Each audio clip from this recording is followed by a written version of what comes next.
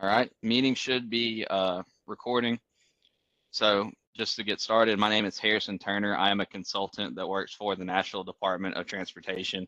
This is the Neighborhood Street Traffic Calming meeting for Bluefield Avenue. This is meeting 2 on March 26th at 6:30. So we're going to start off with an overview of kind of what is the traffic calming program, just a refresher for everybody that was at meeting 1, and then we can get into the actual design for Bluefield Avenue. As I said previously, if you do have any questions, you can drop them in the chat or you can unmute and just ask them. We will have a time at the end also for questions if you want to just get through the presentation and then ask questions at the end, or if you have anything as we're going, you can drop it in the chat or just let me know and we can talk about it as we go. So just brief overview, what is traffic calming? So the Neighborhood Street Traffic Calming Program focuses on residential streets. We focus on physical solutions that encourage lower speeds over significant lengths, and this is for speed reduction. Slower streets are safer streets, particularly for multimodal users and people that live on neighborhood streets. We're not trying to slow down giant arterials or interstates. With this program, we're trying to slow down where people live and play.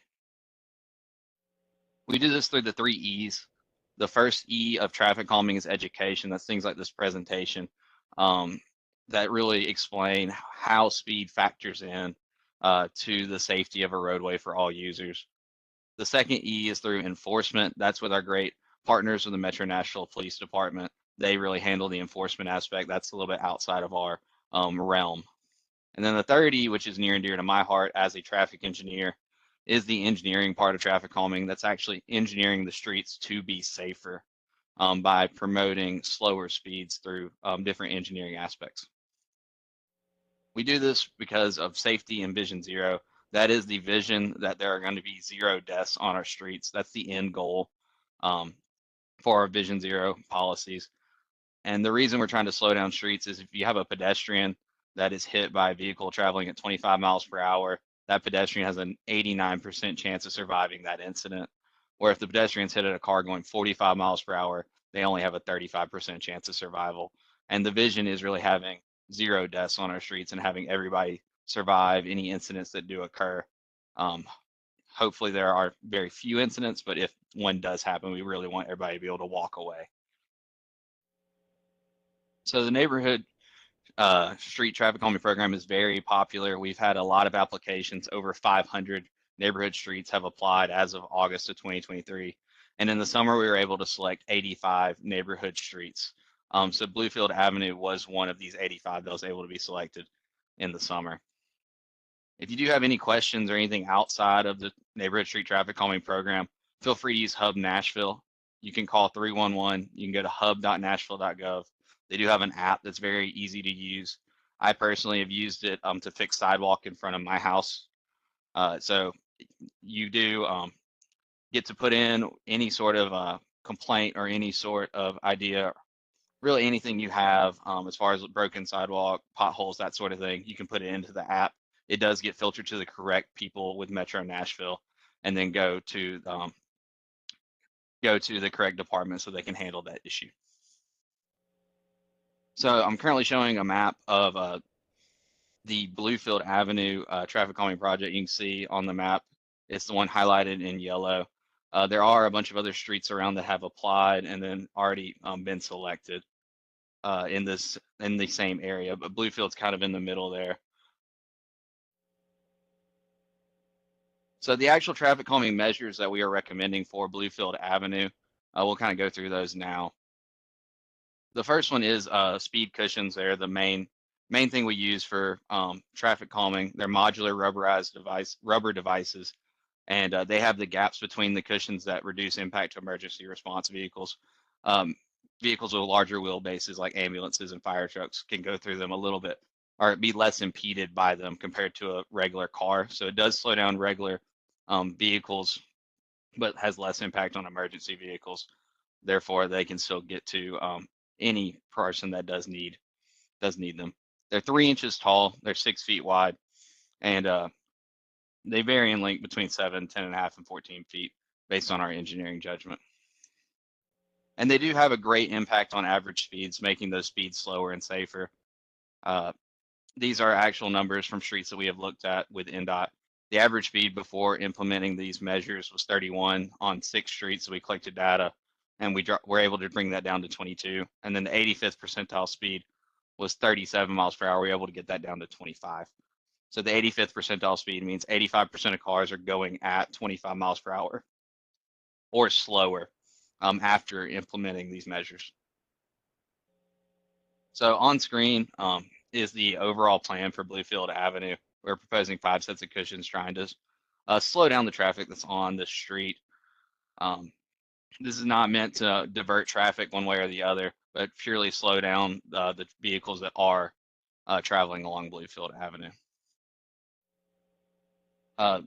The first 2 sets of cushions on Bluefield Avenue are closer to Lebanon Pike.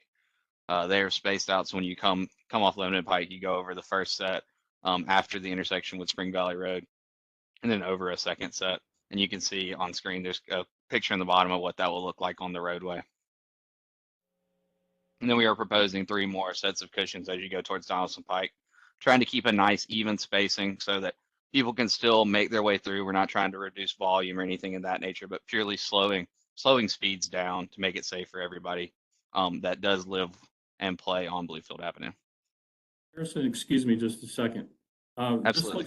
This looks like the same proposal that you guys had last time. Are there alterations to it?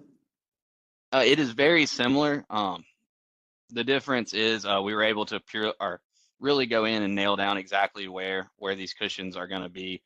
We did go through several different options for Bluefield Avenue with our traffic calming team, including, I do know there was a single lane chicane that was proposed by the neighborhood.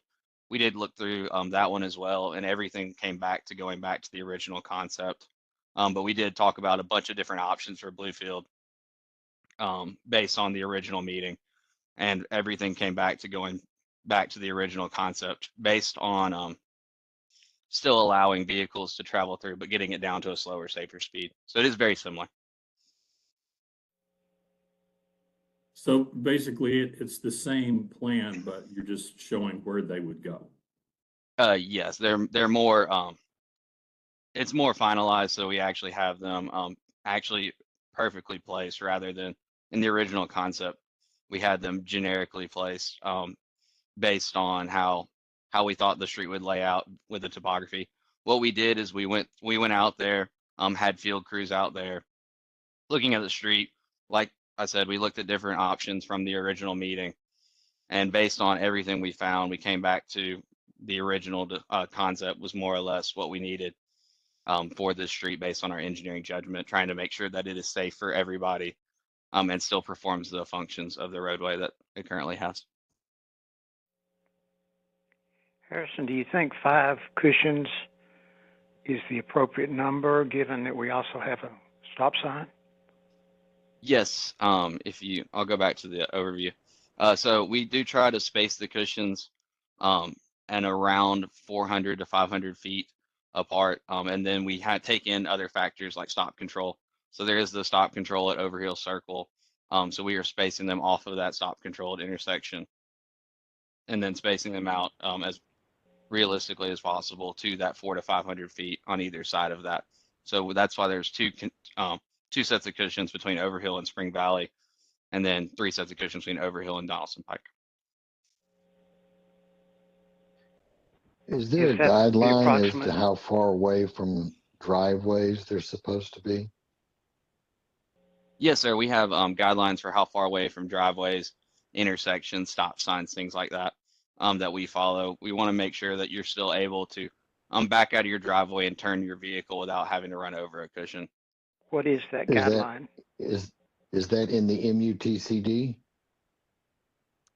So that, as far as I do know, that is not in the MUTCD. There is, I do believe it's FHWA that has guidelines on that. You can see on the screen the closest we have. So this is 45 feet from a driveway, 35 feet from a driveway, and then I think the closest is 30 feet on this cushion right here. That is center of cushion to center of driveway. So that is going to give enough room. I do believe FHWA says 5 feet off a driveway. We have a our NDOT has a rule, I do believe it's 10. making sure that that is the same amount of like a turnaround room in a parking lot where you could get out of your driveway, turn a vehicle, and then go forward without being able to, or without having to run over the cushion. So how far will these cushions be from a driveway? You said 45 to 30. What is that a range, or is that what is the Yes, sir. ruling on We do that? have one cushion that's 30 feet away from a driveway, and then I'm just going through the plan right now. One cushion is 35 feet away, and then two that are 40, and one is a 45, and that is to the closest driveway that they be placed. We generally try to place them as close as we can to the center between driveways to try to maximize that space, because we don't want to have vehicles trying to turn over the cushions as they're exiting driveways. So we do leave space for that to happen. My concern on that would be that mailboxes are not necessarily nip and tuck at the end of the driveway. And as people come and maybe discover a speed bump or a cushion and swerve to miss it, and some people might, are they going to hit your mailbox? And if so, who pays to have your mailbox fixed? So we do have signage that goes along with these cushions. Because Bluefield Avenue does have a little bit of a shoulder and does have the ability for cars to kind of go around the cushions, we have signage set up to prevent that from happening. So they would hit the signage for the cushions rather than your mailbox. So there is signage up there to prevent people from going around the cushions based on the horizontal layout of Bluefield Avenue as far as the typical section. Is that a signage on both sides of the street, on both ends of the speed cushion? Yes, sir. That is a Opposite signage. directions. So you're adding 10 more signs on Bluefield Avenue. That is correct, and that's because, like I said, Bluefield Avenue does have a little bit of a shoulder, and does have it's kind of flatter as you go off the shoulder, which might promote people to try to go around the cushions. To prevent that, we add extra signage to make sure that that's not a possibility for vehicles. The last thing we want is a vehicle to tear up somebody's car or tear up somebody's yard because they're trying to avoid a cushion. The goal is for vehicles to slowly and safely go through Bluefield Avenue over the cushions to make sure that it is safe for everybody involved.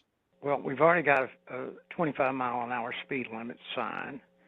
We've got in each end of Bluefield on the street, on the asphalt, 25 mph. Then to add 10 more signs, plus a stop sign, I think is a little over the top for a stretch no longer than Bluefield Avenue. It is. There are a lot of signage, and there are a lot of signage because of the typical section of Bluefield having that shoulder and having the flatter space outside of the roadway. The signage isn't necessarily required for the cushions to alert that there are cushions there. The signage is more a deterrent to make sure that vehicles aren't driving through people's yards. But we do have to sign cushions every time you approach a cushion from a new intersection. And because Bluefield is split, there are going to have to be a decent amount of signage regardless of the cross section of Bluefield. But with the flatter shoulder and then the flatter yards as well, we really need something there to physically keep cars on the roadway.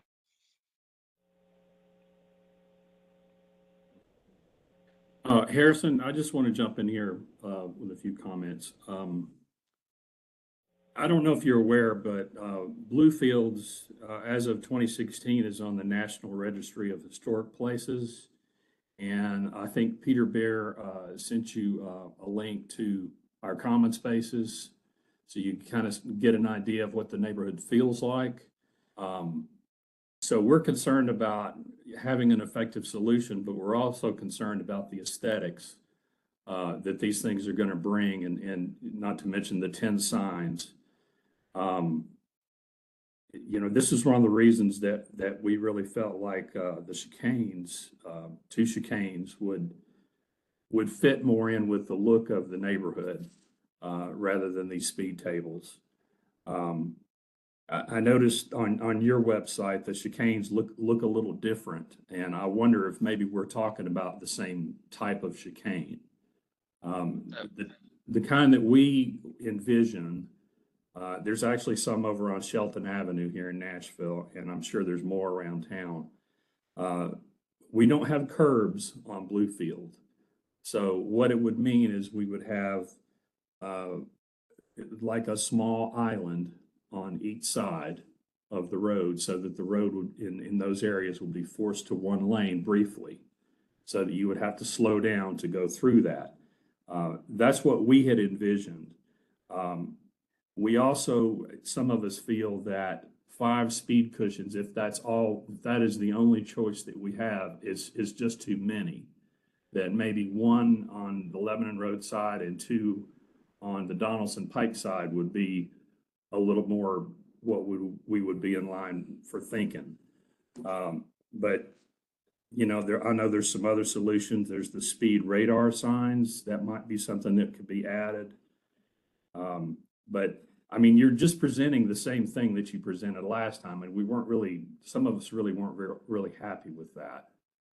So I wonder if you could talk more about the reasons that you don't feel the chicanes are appropriate. I know you talked about emergency vehicles coming through, but they don't come through our neighborhood unless they're coming to someone in the neighborhood. It's not a cut through for emergency vehicles, it's a cut through for everybody else. And those are the concerns that we have primarily. So if you can speak to those. Absolutely, I'd love to talk to those.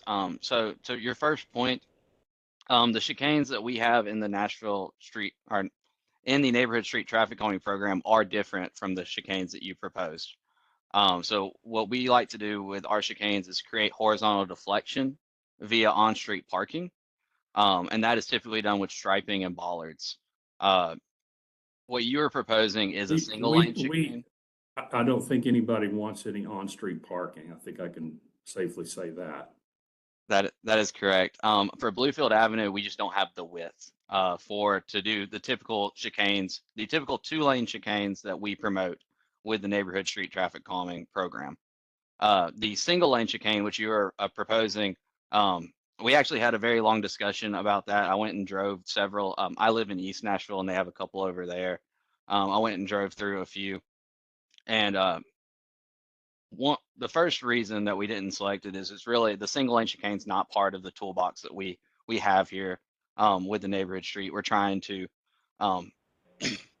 not really change volumes on streets, not really make change the characteristics of the street as far as laneage, that sort of thing. We really want to keep the street like we have it, but promote a slower speed, not necessarily changing the lane characteristics of the street through the program. That's not what the program was envisioned for. So going down to a single lane is not really something we truly consider, except in very special cases. And we just didn't think that this warranted it with the volume and speeds that Bluefield has. We really want to keep it 2 lanes the whole way. That is why we went back to this original speed cushion layout. It's tried, it's true. Where they're spaced at the guidance of that 400 to 500 feet between the cushions. That is to promote that slower speed in that 20 to 25 mile per hour range. If you have less sets of cushions, then it doesn't actually accomplish the goal of getting cars to slow down to that speed. As far as the radar feedback signs, those are great tools. I went through them with we are using them in different locations. We typically try to use them in places that we cannot have cushions. They're not necessarily a either or. It's a if we cannot for some horizontal or vertical reason or geometric reason we can't have a cushion, then we can try a radar feedback sign.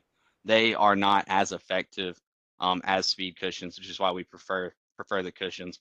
Those have around a 6 to 7 mile per hour impact on average. They also don't physically encourage lower speeds. They just have a flashing warning so people can't ignore them and still go as fast as they were going previously, although it does alert people. Where a cushion, you can't ignore a cushion because you have to go over it. Peter, I see you're on the call. Can you talk about the distances that you measured locally? I think Peter is having microphone issues. To your point, I did look at the streetscape in place on Bluefield Avenue. I've been out there multiple times, and then did also look through the website that you sent with the historical streetscape for Bluefield. once again, this program really is about trying to slow down the speeds on the street to a safe speed for all users, and that these speed cushions that we have proposed is what does that based on our data and then other guidelines. Harrison, can I ask you a question? Absolutely. So I understand the concern because of the historical nature of Bluefields. I know the traffic calming program is a separate, if you will, entity within NDOT. Could we appeal to NDOT in general for a different approach? Absolutely. So we can going back to Hub Nashville. That is another resource we could go through. If you want to propose something outside of the traffic calming program for NDOT to do a study or look at, and then you, council member, obviously can reach out to NDOT, being part of the council to look at Bluefield and some other things. I will say that this program or this design is what we feel from an engineering standpoint is the best design for the street as part of the traffic calming program. To be able to accomplish the goals of the program of making it a safer, slower street for all users. But we do go to a ballot process, so it is voted on by the residents. So if this is not something that the residents are wanting, we can obviously, you can obviously vote no if you feel like this is outside of the purview and want to go back and look at some other type of project, but that would be outside of the neighborhood street traffic calming program. Harrison, Okay, I so- certainly applaud your presentation and the effort and the time you and your team have put into this. I'm a longtime resident on this street, and I have to say I think the stop sign has been wonderful. It has been more or less not midway between Lebanon Road and Dawson Pike, but somewhat, and it has certainly kept that straight away from being what it was 20, 30 years ago.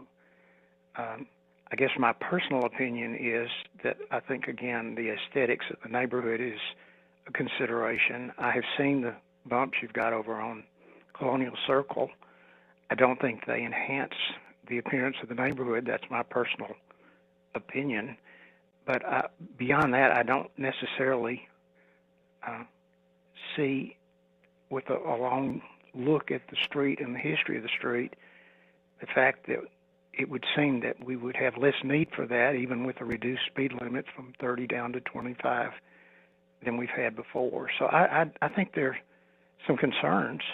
Obviously, we're all advocates of safety, and we could wish everyone would respect the law, and this would not be necessary. We also realize there's a cost for this, and we've had a significant tax increase in the last couple of years, many of us. And obviously, this has to be absorbed as well. So there are concerns, and respectfully so. But again, to thank you for your effort and to hear our concerns as well, and I know you do. Well, I appreciate that. Absolutely, we have looked at this multiple times with both myself and then our group, and we do feel this is the best design to accomplish the goals. I do know, Peter, since your mic is off, I'll read your comments. You're asking about historical streetscapes. Kimley Horn has done a lot of streetscape work. That is really outside of the traffic calming program. And then the other comment you had was looking at other solutions before going to the ballot process.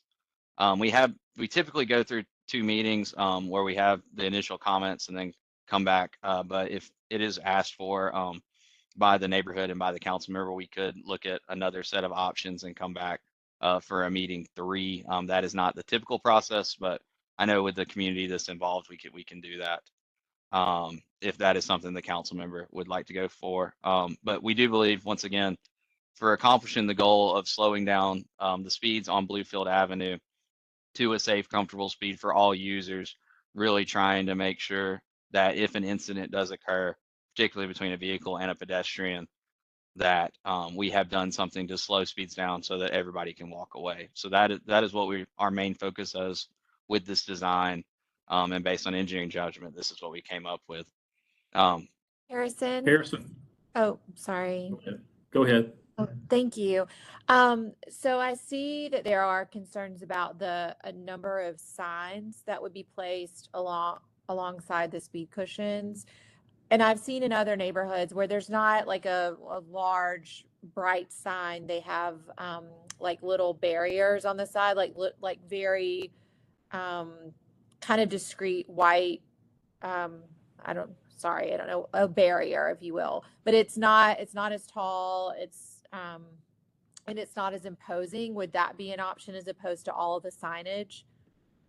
I believe she's talking about lane delineators. That is correct. You're mentioning the white flexible delineators.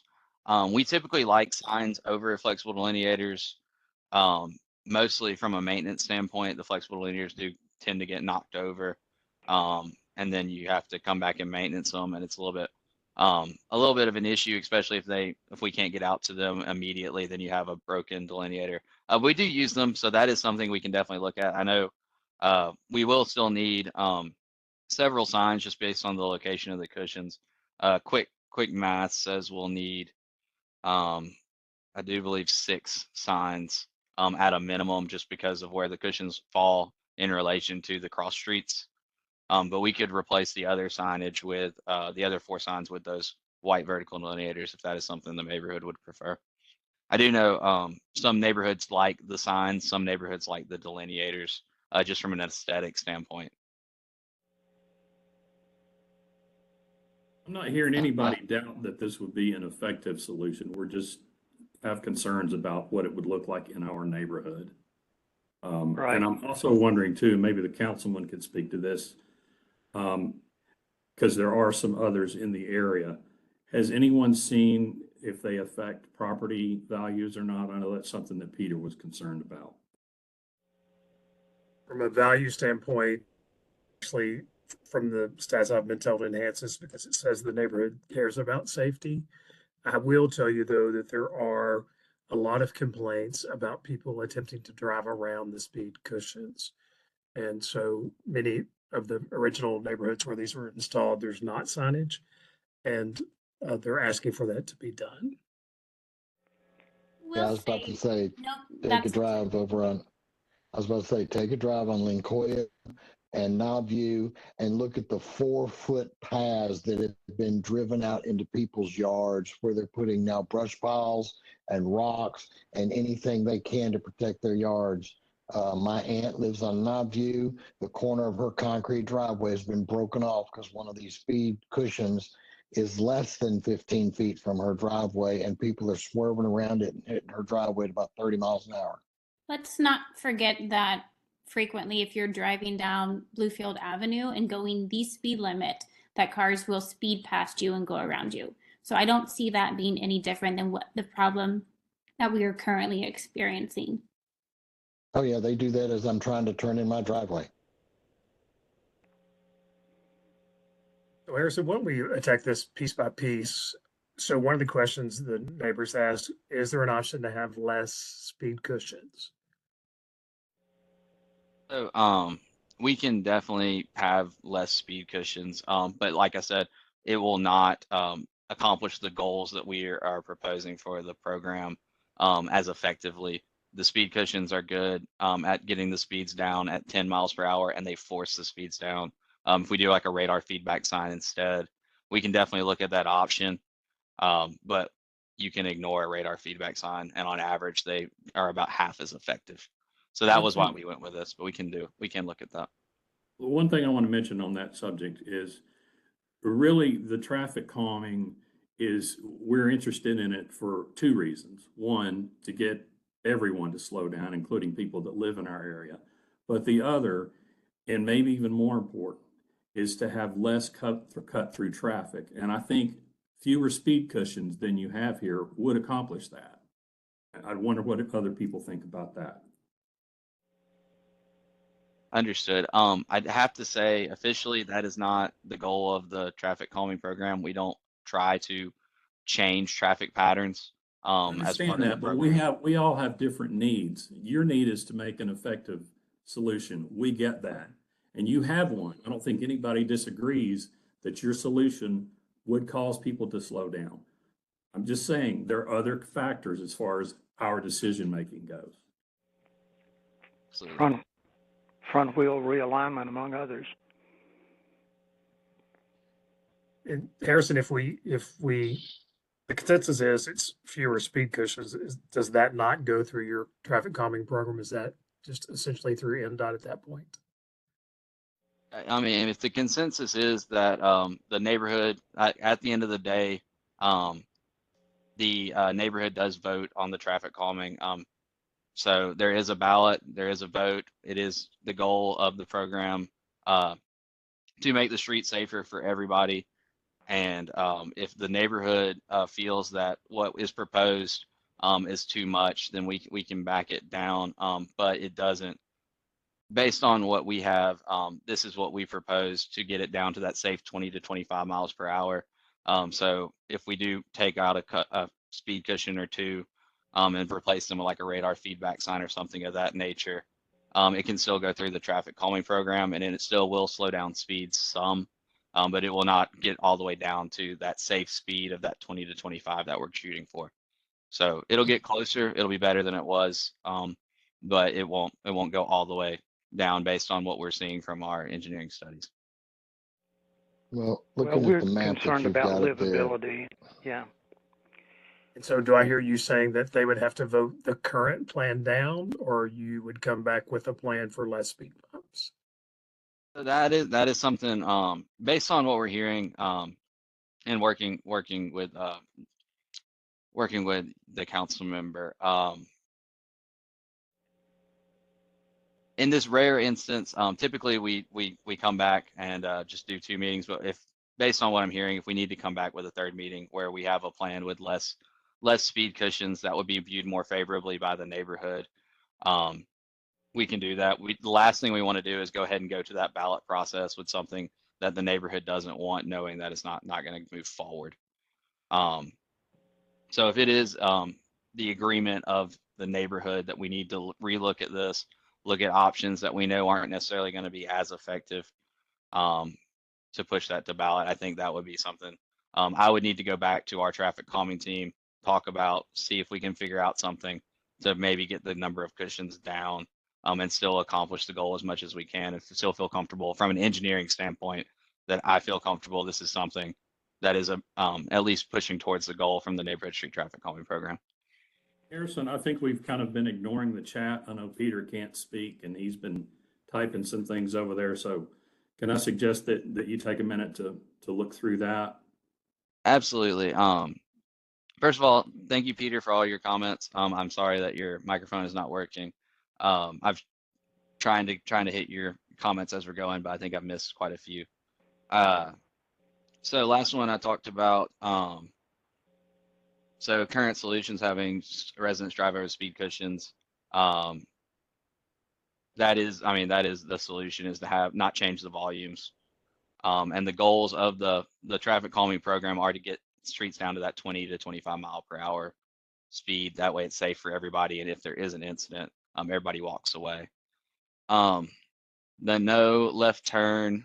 So that is not something that we're looking at as part of the program. Like I said, our goal isn't to change traffic patterns. Our goal is to make it safer for the traffic that currently is there. The enforcement is that second E of traffic calming. That E is handled by our partners with the Metro Nashville Police Department, not necessarily by NDOT. So we can definitely promote more enforcement like through Hub Nashville, but it's not something that's part of the engineering program that is under NDOT. That is handled by the Metro Nashville Police Department. Next comment from Peter is exploring more options before proceeding for voting based on the neighborhood feedback. That is something that we can do. So the next comment from Hamo is about the average speed. So the research was, I can go back to the slide. That's actually right here. The average speed that we were looking at was 31 and dropping down to 22. And then from our research, the 85th percentile speed of the streets we looked at was 37 and getting that down to 25. That's very similar to the 85th percentile speed on Bluefield. So those are numbers that are what we would expect to see on Bluefield. The next comment is about an in-person meeting for all neighbors. That is an option. We can definitely have an in-person meeting. So that needs to be coordinated through the council member. Can I speak to that? Absolutely. We did have a in person, and we had a meeting with all neighbors, not just Bluefield Avenue. We had that virtually and in person to accommodate everyone who could participate. So we did do that already. This is actually the follow-up to that original meeting. I think what is meant by everybody get in a room rather than have a hybrid meeting. And that was the meeting with Harrison. Yeah. Harrison in person? Harrison was not there in person. He was there That's virtually. I think that's what we're talking about is all of the people who are interested in this and Harrison in a room. I think that's what was meant by that comment. Okay, gotcha. What I hear is Absolutely. more of a working session to come up with an alternative. Am I hearing correct? I think things work better when everybody's in a room together. That's my opinion. I know there are people on Bluefield right now that are not able to join this on computer and see these diagrams and really understand what we're talking about. That there's a lot of older people in our neighborhood. So this would allow those people to see all this in person and comment on it. Understood. So the neighborhood street traffic calming program does have the option for in-person meetings or virtual meetings. So I'd be happy to have an in-person meeting with the community so that everybody can see the proposed traffic calming plan. That's definitely something that can happen. Now we do for all in-person. Would we vote at that time? No, sir. But balloting is through the mailers, and that is over a 6-week period. And to Amy's point, all of our in-person meetings are also simulcasted via WebEx. So it's on virtual only, which is what this meeting is, or there's a hybrid meeting to where we have in person, but we do have a WebEx option. So there always is a virtual option, but we can have an in-person side. Harrison, Moving on. the challenge Go ahead. for us is we don't have a great facility in District 15 where we can do both. As you know, from the last hybrid, there was an extreme echo and it was hard to monitor the questions. So that's the challenge. Once our new library opens, we'll be able to, but that doesn't open until late June. Understood. I think you just answered Peter's next question with the library. Let me move forward real quick to get through the balloting process and things so everybody has an understanding of the next steps, understanding that we can come back to have a meeting 3 and we can determine virtual versus hybrid and location and things after we get through the next couple of slides, just so everybody's aware of how the program runs through after this. And then there is a question about a stop sign at Cumberland Circle and Donaldson Pike. That is not one of the tools we use at the traffic calming program. Stop signs actually aren't used for speed reduction. They're a traffic safety measure. So that's not something we consider as part of the program. So this is the configuration is right here, and it does show the signs placed even with the cushions. And we are proposing 14-foot long cushions for this stretch based on the volume and the speeds. So going through kind of the process real quick, we started out with an application. There are 2 cycles per year, and then we did prioritization selection. That's where those 85 streets were selected based on the existing traffic conditions. And then we had our first neighborhood meeting. We got input from y'all, looked at different options, like the single lane chicane, talked about it with my other consultant groups and also with NDOT, really trying to narrow down what we thought was best for the street based on the goals of the program. And that is part of that design process that's shown on screen. Then this is the second neighborhood meeting. It does appear that we may have to make a little bit of a loop there and look at a couple other things and have a third neighborhood meeting. That's a little atypical of the program. but it is, I think, something that's warranted based on the feedback from the community at this point. After that, it goes to an online ballot. So there is postcards very similar to the ones that you received for this meeting that will be sent out. There's a 6-week window to be able to vote. And for the traffic calming project to get implemented, we need a 66% success rate of the people that vote. So if there's 10 people that vote, we need 7 of them to say yes, or whatever the math works out based on how many people vote. I have a feeling that we will not have issues getting people to vote for the street with how awesome of a community y'all are and how much y'all care. And then the last step is, assuming the ballot is successful, we'll order materials and install the materials. I have shown on screen what the ballot looks like. It's very similar to the postcard that was sent out. And then on the bottom is what you will see when you go to the website. And then each individual that is voting gets their own unique ID. That is 1 per household, and you can simply vote yes or no. The ballot zone is all of the properties that are affected by Bluefield Avenue. It is the people that actually own the property, and it goes to the owner's address that is listed in the GIS database. I do know Amy made a point that a couple people did not receive postcards for the meeting. I did have several people reach out to me about that, and we were able to solve a couple of issues about where those went. Harrison, can you tell us what the red lines are on this graphic here? The orange line that runs through the properties. Yes. That is, yeah. So that's just the way we select properties when we pull the image from the website. So we're able to draw a boundary basically, and then it selects all of the properties that the boundary touches. So that's what that line is. It's all of the yellow properties are the ones that are affected and able to vote. Okay, got it. Yeah, and that's Just a also how freehand we circle. basically is a freehand circle to be able to select the correct property owners. We can draw that in the software and then pull addresses to be able to make sure we send the mailers to the correct owners is what that's for. That's a really good question. I've never gotten that one before. So that's. I'll tell you what I thought it meant. I happen to fall into one of these at the top where the red line is right next to the road, and it looked like I wasn't going to get a vote. I thought that's what it meant. If your property is not within the red line, you don't get to vote. That's what I thought. So I would suggest maybe in the future, take that line out because it's confusing. Sounds good. That's just part of the software. We'll try to. I'll let our team know that try to center the properties with the line, but it is all of the properties that are yellow get to vote.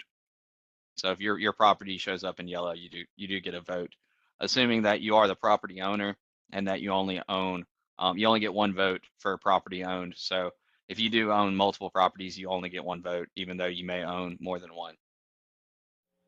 1. Question from Why Peter. is that, by the way? I happen to own 2 properties. I'm curious why that is, why I wouldn't get 2 votes. That is the process for the neighborhood street program, traffic calming program. We have it set aside that we have residential properties with 1 owner, churches and schools all get a vote. That was decided honestly before I joined the program. I can go back and look, and but we have a process that we've gone through with all of our streets, and it's the same one for consistency. Okay. Peter did ask, can a neighborhood remove the solution if it's deemed not acceptable by neighbors after a period of time? We've never had that happen before.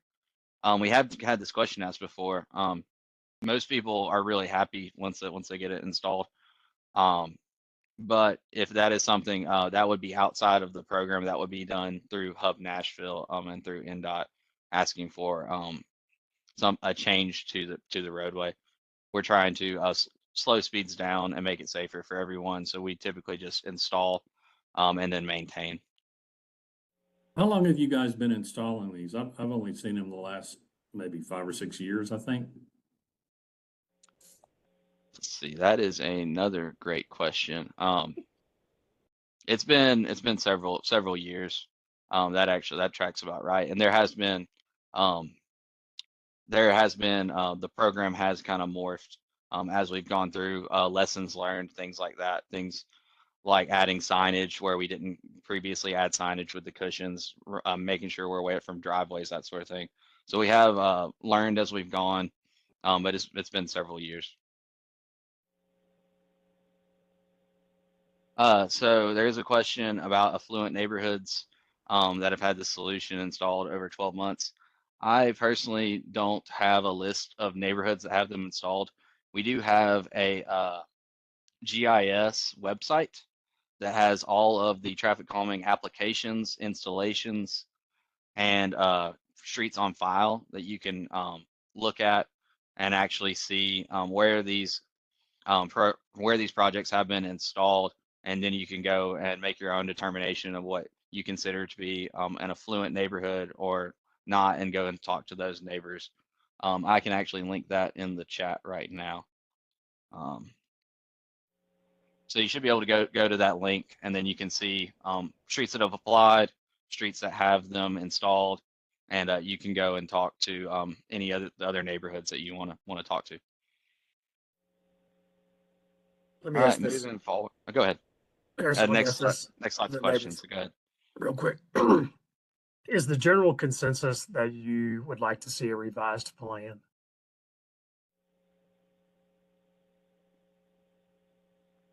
I think a I would say revision, yes. I haven't spoken too much Yes. about the actual plan. I think a revision is in order. I think 4 sets of speed bumps versus 5 would be sufficient.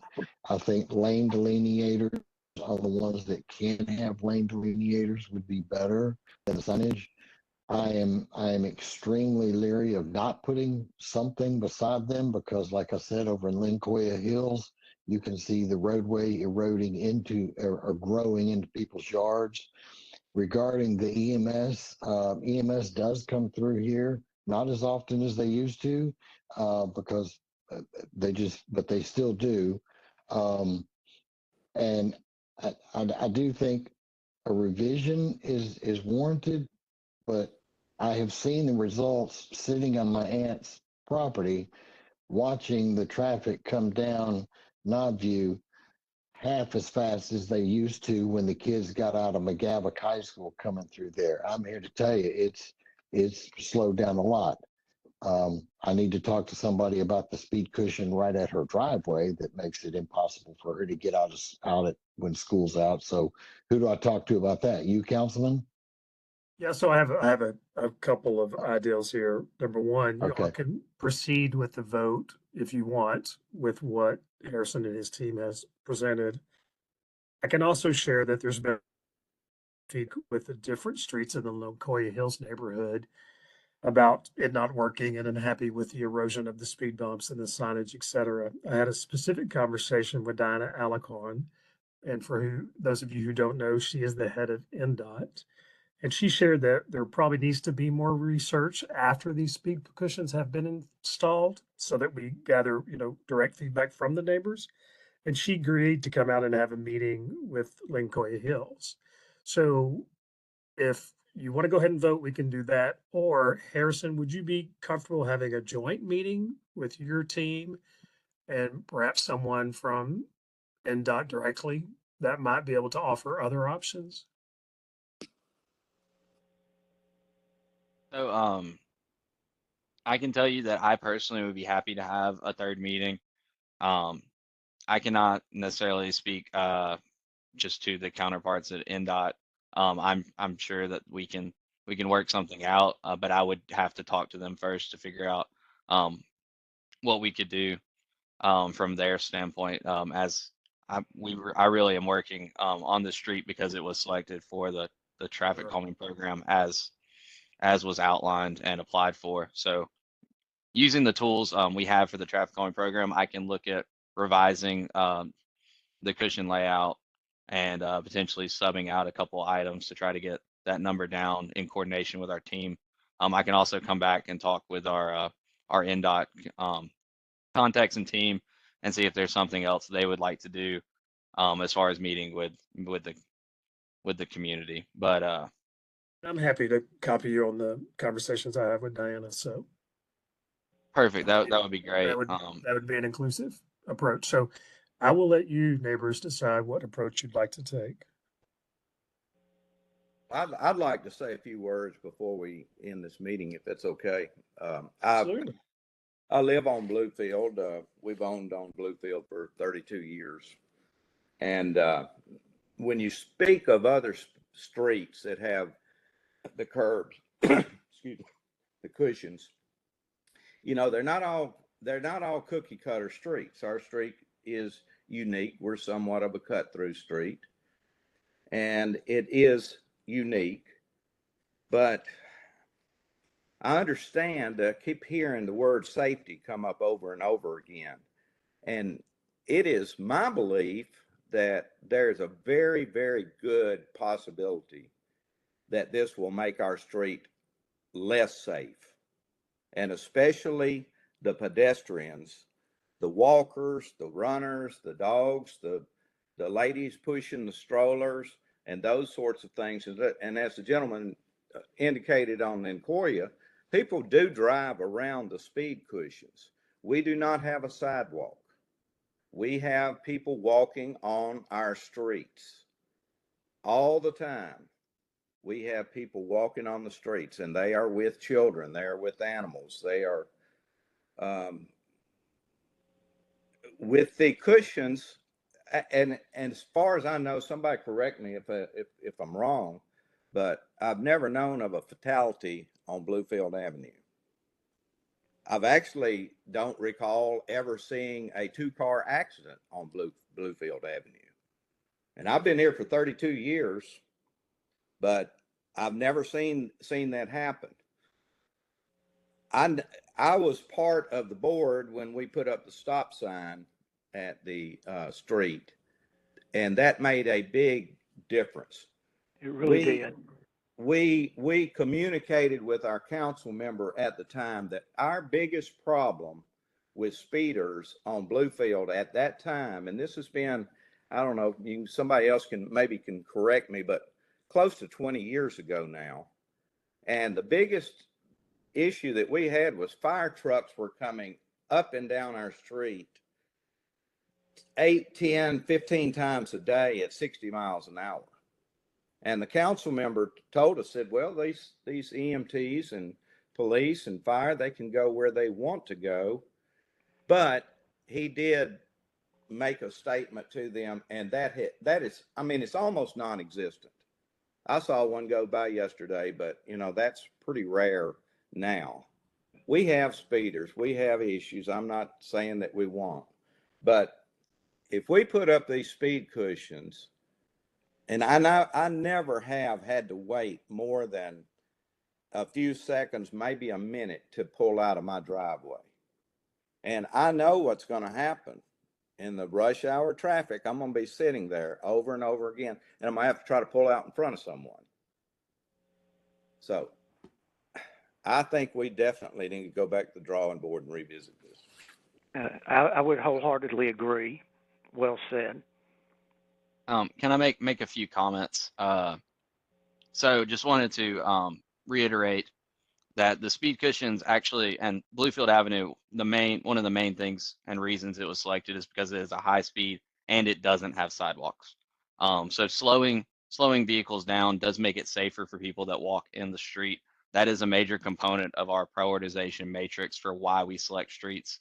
Is streets that do not have pedestrian facilities and bicycle facilities and safe places outside of traffic for those modes. So that is one of the main components of our prioritization matrix is how fast is the road, how many cars are on the road, and do pedestrians and bicyclists have a place to go other than the roadway? And because they do not on Bluefield, that's one of the reasons it was selected, was so that we could implement a solution to make it safe for people that are walking their dogs or their kids on the street, knowing that they will probably be on the street because they do not have another alternative. So just wanted to just say that was part of what the program's goal is to make it safe for people that do have that mode. I understand the goal, but when you put signs on the sides of these street cushions, then you are inhibiting the pedestrians and the bicyclists and the people with animals and that are on leashes. It's just, I just am not envisioning it to be safer. I know the speeds are going to be less. I do understand that, but we're talking about safety, not speeds. You know, that, I mean, that's how I see it. I think I don't know when the last time, maybe it's been more than a year since I've seen a police officer write tickets. Maybe we need to incorporate that. I don't know how long it's been since we've had the radar up, but the radar helps. I know the radar helps. Yes, But the there radar. are other things that I would much rather see more than the speed bumps. And I think I mean, I've been over to Lincoln Hills, and I don't think it helped the neighborhood. And as far as No. values go, I've been a realtor for 25 years, and I definitely think it will have an effect on property values. I would too. Absolutely. Harrison, quick question, going back to the chicanes. Has that been shot down by NDOT or just by you guys? So we went through it and looked at multiple options, including the single lane chicanes, and that's just not something that we typically do with the program, because it's not, we're not trying to change the laneage with the neighborhood street traffic calming program. That's not something that we do through the program. We keep the road characteristics the same and create physical solutions like the speed cushions to keep vehicles through. You're saying that's your company, not NDOT, right? That is us and the consultant team. Okay, but NDOT didn't say no to that. You guys said no to that. Is that right? I do not believe. Let's see. I'll have to go back. We have meetings reoccurring, and I don't remember if we talked about it. The single lane chicane option before or after we brought it to NDOT. So I can double check on that. I think But aesthetically it's something that would work for our neighborhood. I think a lot of people, agreed with that when this idea was brought up, that aesthetically it would work.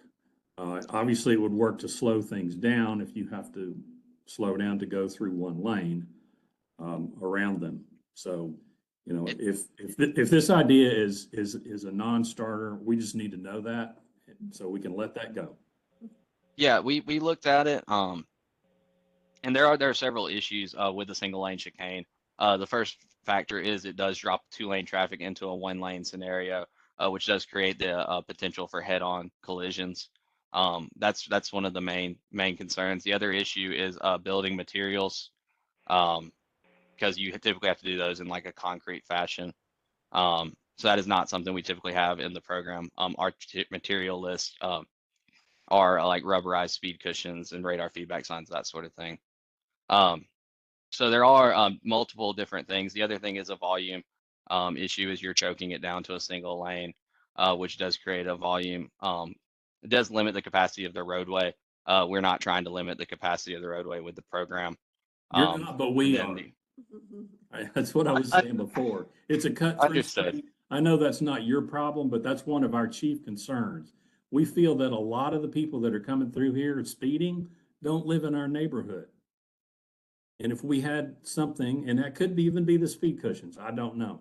If we had something that would keep people cutting through our neighborhood, that would take care of a lot of the problems that we have. Understood. I completely understand. We do have other cut-through streets that we have in the program. And cut-through streets get selected a lot because they are cut-through streets. They have a higher volume than you would typically see for a neighborhood street. They have higher speeds, people trying to bypass. I mean, y'all have a fairly big intersection at Lebanon and Donaldson. It makes perfect sense. If I lived on your street, I would be saying the same thing.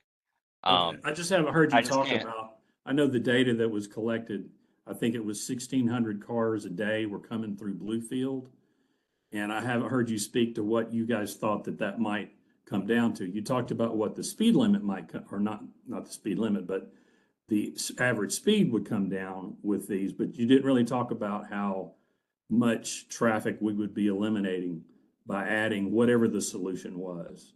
So I think we'd all like to hear, your opinion on that as well. That is correct. I have not mentioned that, and that is because that is not something the program tries to do. There are situations on a cut through street where it would be probably a benefit to the neighbors. We have other streets where it's not a cut through, and then you're just diverting onto your other neighbor. So we try to not propose solutions to divert with the program. We try to lower speeds and but still keep lanes the same, still keep volumes and capacities the same, still allow the street to function as it is at a slower, safer speed for all users, people that are walking and biking and driving, making it safe for everybody there. So we don't try to divert traffic with the program. That's not one of the goals. So that's why I haven't mentioned it. Understood. Yeah, I do completely That might understand. not be one of your goals, but that also might be one of the unintended consequences that it does decrease the traffic flow. It would be interesting that, gee, we set up these air hoses to count number of clicks, how many times a car comes by before we do it on the front end study of the traffic calming. Why don't we have a study that's done after the traffic calming to find out what the speed is actually reduced to, which you did, but also count the cars? Absolutely. So that's definitely, there are studies that can be done to determine the amount of vehicles before and after the installation of a traffic calming project. We typically do not do those studies because it is outside the kind of the goals of the program. So that's not something we try to promote. We do understand that it may happen if we install traffic calming on your street. It may promote people that are using it as a cut through to go somewhere else. So let me ask you this: how But do I you find can't out? officially say that because it's not part of the program. So let me ask you this: how do you find out what the speed reduces to in neighborhoods where this is done? We look at the speed data before and after. Um, How do you we look at we the do speed? How do you look at the speed data after? that you're correct. We do take counts where you look at speeds before and after. We have the data from the 6 case studies that we've got for the speed cushions and the radar feedback signs. But we typically only look for those studies. We only looked at the speeds. We didn't look at the volume differences because we're not trying to change the volume of the roadways. Okay, but you measure how many cars come through on the front end, but you're saying you just don't look at it on the back end, or you just don't measure it? Well, to understand the volume you have, or to understand the speeds, you have to also measure the volume based on those tube counts, or we do use radar counts a good bit as well. Okay, let me put it another So way. they're together. Have you seen that the speed cushions have reduced traffic? Just a straight question. I do not have the data in front of me. It can be logically assumed that they reduce traffic, but I do not have the data in front of me. And also it changes based on if a street is a cut through or just a neighborhood street. So are we, I don't have that in front of me.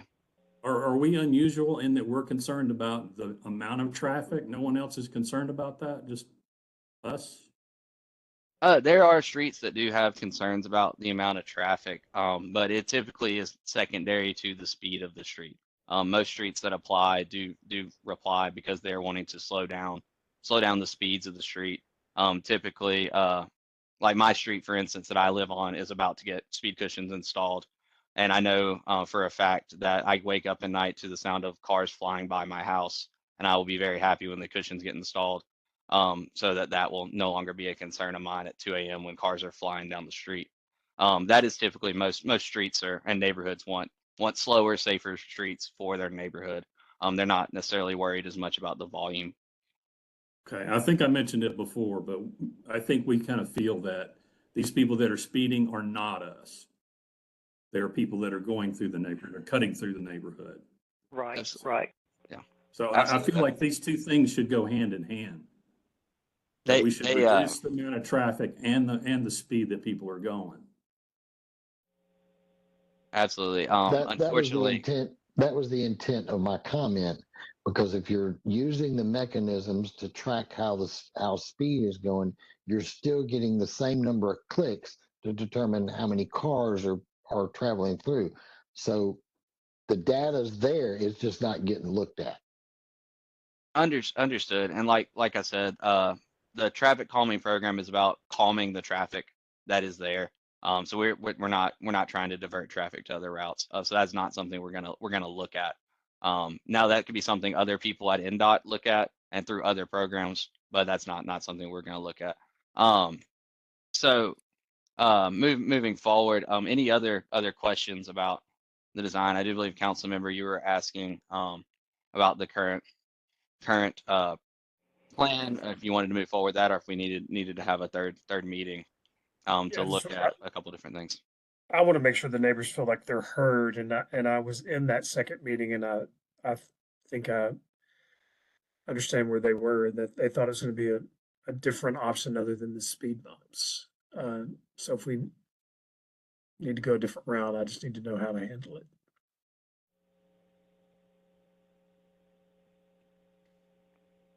What would y'all like to do, neighbors? Sorry, I can would you like to say have a that again? meeting I with, kind of got a call from my wife. I'm sorry. I had to mute. So anyway, I didn't hear what you said. I said, I think the I- consensus, go ahead.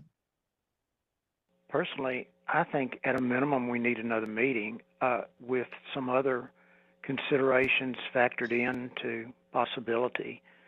And I have no suggestion what that would be, really. As a resident, I'm concerned about basically, as was well said, the foot traffic we have on the street and how this might impinge to a degree on that, pedestrians as well as for the automobiles. But I do think we've all heard some legitimate concerns expressed by the neighbors, and I think we're entitled to pursue more issues. We've gotten more questions asked than we've are satisfied by the answers.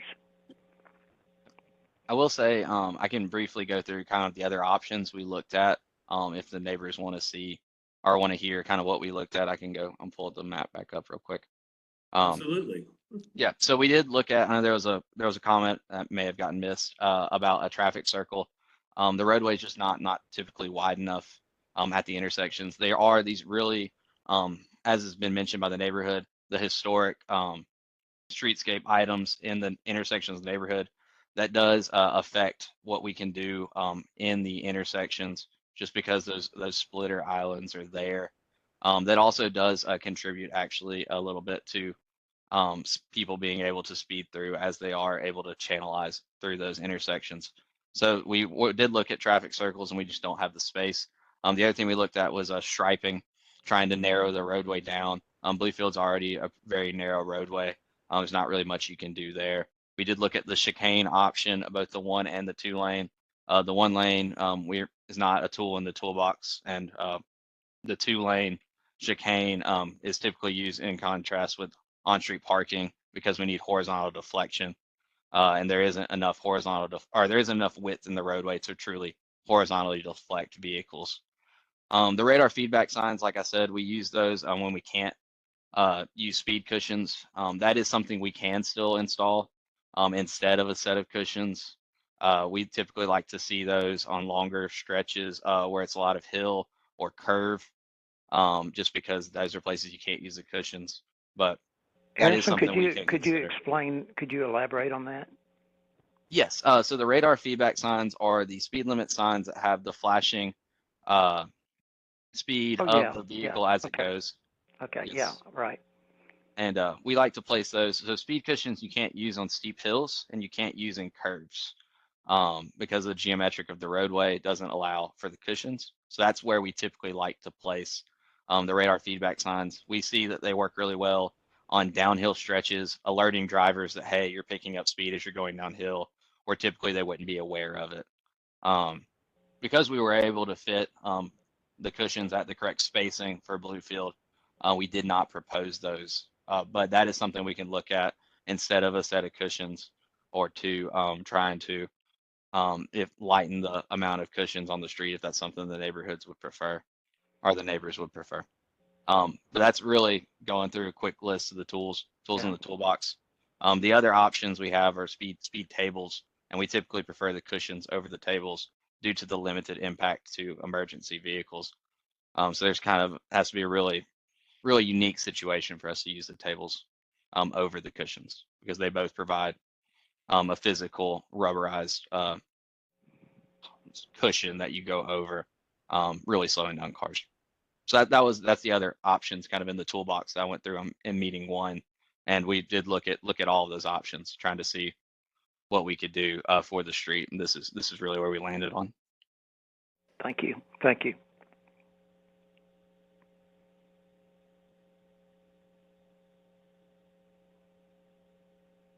All right, Peter, you made a comment about the triangle the triangle middle stop location. That is a stop location at Overhill Circle. So we have cushions on either side. You could propose a little bit of a bulb out. We didn't think it was warranted because it is a stop controlled intersection.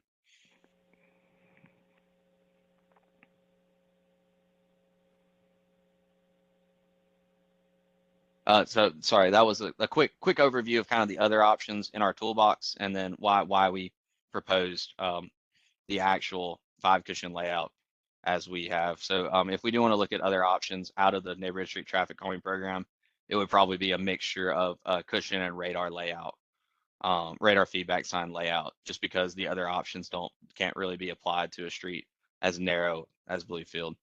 So let's go ahead, and that's kind of looking at other options there.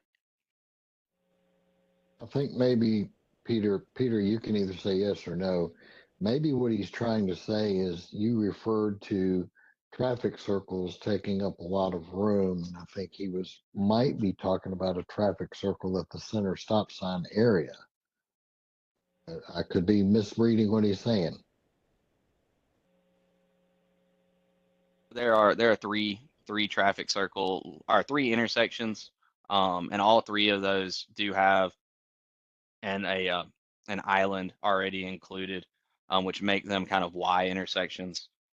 So there's not really room to make those into a traffic circle without doing a significant amount of roadway reconfiguration, which is outside the program. Well, that's what he was talking about. That center stop sign is at the largest triangle of the neighborhood, because there's actually like he said, there's almost a full spare lane between the triangle and Bluefields. So I guess that's what he's talking about.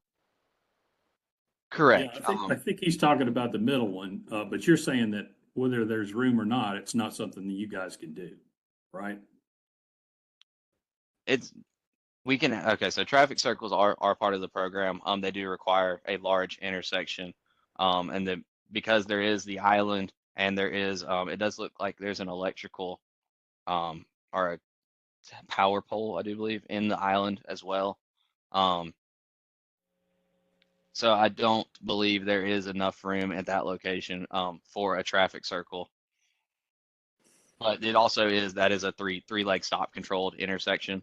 So you would be having a traffic circle to slow down people that are going through an already stop controlled intersection. If it was a non-stop controlled intersection, it would have a lot more warrant to put in a traffic circle. The traffic circle works by horizontally deflecting cars as they're moving, and these cars would be coming from a stop condition, so they wouldn't be going very quickly as they're going through a traffic circle. They would already be slowed at that point.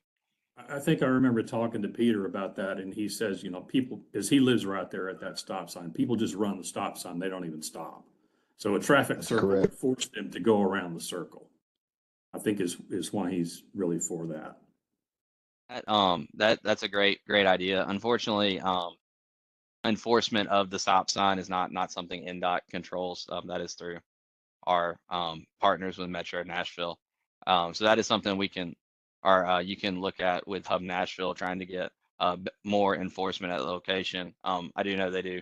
Metro Nashville Police Department does a great job with the resources they have, but that is something that really falls in their court as far as the enforcement goes. from an engineering standpoint, there is a stop controlled intersection. So there is a stop controlled intersection where we'd be tight on room as it is, because it is a 3-legged intersection and there's not a ton of pavement there to fit in at something like a traffic circle. I think we all are supportive of enforcement for sure. So I'd like to propose an idea. I could ask Sergeant Weaver from the Hermitage Precinct, and I could ask someone from NDOT not on the traffic calming team, and of course Harrison, if we could all convene together and do an in-person meeting and see if we might come up with multiple alternatives. Would that be beneficial? Is that something we could do at the Hermitage Police Station, maybe, in their conference room there? We can, if you feel like the neighbors will drive to that location, absolutely. I feel like they would. I mean, what do you guys think? Would the recommendation coming from that meeting then be subject to the ballot by the larger community based on the criteria we've heard? If I'm understanding the program, only what Harrison presents would be via the ballot. Any other measures would have to be an appeal to that department, whether it's in NDOT or Metro Police. Correct, council member. So the program has our tools, and we have our plan. So anything that we run through the program has to go through the balloting process. Anything that comes outside of the program would not be subject to the ballot, because the ballot is tied to the traffic calming program. But would the balloting be in that 6-week window after the meeting, as you mentioned, as it normally would, or would that be overlie the meeting itself, or what do you envision there? Yes, the balloting would be if we move forward with a standard traffic calming design, there would be a ballot. Typically, it takes about 2 weeks for us to get the mailers out or the ballots out to everybody, and then it'll be 6 weeks after that 2-week window, which you will have a date on the ballot when you receive it that says when you have to vote by, and then at that point we would count the ballots and go yes or no for the design. I will say that if there is a meeting outside of the traffic calming program, that would be outside the timelines and the funding of the traffic calming program. Because this is a street that it was applied for and selected to be constructed for traffic calming, all of that's already in place. So if we want to move forward with the design as shown on screen or something similar through the program, that funding and timeline and construction is already set up. So that's not necessarily something that would be guaranteed for something that's outside of this program. And Harrison, is there an expiration date on when they would lose that opportunity? That is a great question that I have not gotten yet. I can go back and get with the NDOT team to figure out. It looks like we're gonna need a meeting 3 for this project, but I can go back and see what they say here. This is definitely a different case and atypical street with atypical needs from kind of a normal neighborhood street traffic calming application. So we have to look at something else if that is desired from the neighborhood. But I'll have to go back and see as far as if there is an expiration date. I'm not sure on that one. Quick question on the balloting. My wife just made a good point. I know you have to have a majority vote for or against or whatever. But is there a minimum number of votes based on the number of households that you have to get as well? There is no minimum number of votes. If there's one vote and that vote is yes, that's 100%. If there's one vote and that vote is no, that's 0%. So you really need usually you need at least 2 yeses out of 3 votes. That gets you to 66%. But there is no minimum. And that is done because we want to make sure the people that really want to see this and have the opportunity to come forward and ballot can cast their vote and not be subject to people that just don't really care about what's on the street. So we really try to make sure the people that want to see either this project come forward or don't have a voice. So that's why we have 66% of the people that do cast the ballot. Okay, second question. There's only been, it looks like a dozen people tonight that have participated. Obviously, there's a lot more people that live on Bluefield. If, just say for example, we are ready to do the ballot and move forward. There's only 12 people on Bluefield that even knows what the plan is. Does your mailer have a link to what the plan is for people who just for whatever reason are not participating or not aware of it or whatever? Absolutely. So all of our plans, these meetings, recordings are online, posted online before the ballot goes out. That is Nashville Traffic Calming, same place this street was applied for. So if you go to the ballot, once you get it and go to the QR code, it'll go to the actual ballot, but you can go back a step or two and see the plan, see the meetings, and see everything that you would need to make an informed decision. And then also for anybody that was not able to attend but wants to talk through it more, my personal email or my company email is right here, harrison.turner@kimley-horn.com. Also, any traffic calming questions can be sent to NDOT TrafficCalming.Nashville.gov. So either of those resources are available for any questions or anything moving forward. And I do try to respond to those in a decently quick manner. Well, we appreciate you giving this presentation. We appreciate your honesty as well, even if it wasn't something we wanted to hear. We certainly do. Thank you. Thank you, Harrison. I appreciate how much y'all care about your community. It's always nice to see a community that cares and wants to make it better for themselves and their neighbors. So I appreciate all of you for attending and all of your comments. Thank you. Not to get outside my lane, yes, pun intended.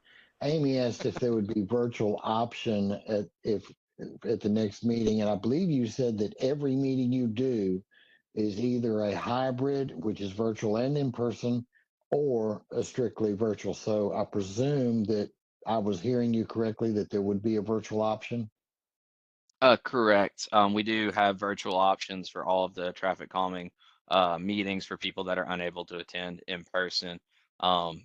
I'll be honest with you, it's a little bit more fun on my end, being able to hear people in my ear and people in person at the same time when questions happen. But yes, we do have a virtual option. There's a question about the presentation available as a PDF file. There is one, I do believe I've already sent it to you, council member. So we can forward that out as needed. Awesome. So based on this conversation, I'll reach back out to you, council member, and we can get a third meeting set up.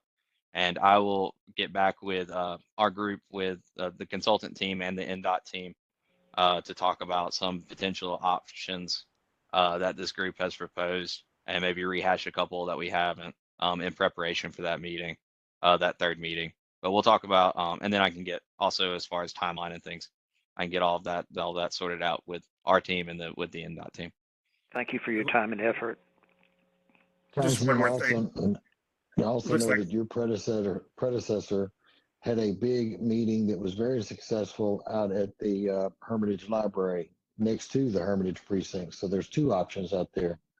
I know somebody said they couldn't make it because they work downtown. Well, I do too, but whatever. We got to do what we got to do. Yeah, we've got plenty of options outside of 15. Usually I get feedback that they want to stay in the district, but if you want to go outside, we do have options. And it looks like the question was asked, could I meet with the neighborhood prior to the third meeting? Absolutely, to make sure that we all are on the same page. So I'm happy to do that as well.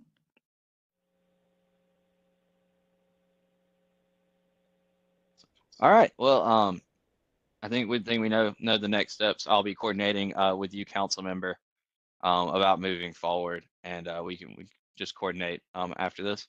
Thank everyone. Excellent. Yeah. Thank you everyone Thanks, for attending. Thanks, neighbors. Thank you, Mr. Turner. And I'll go ahead and stop the recording and stop sharing at this point.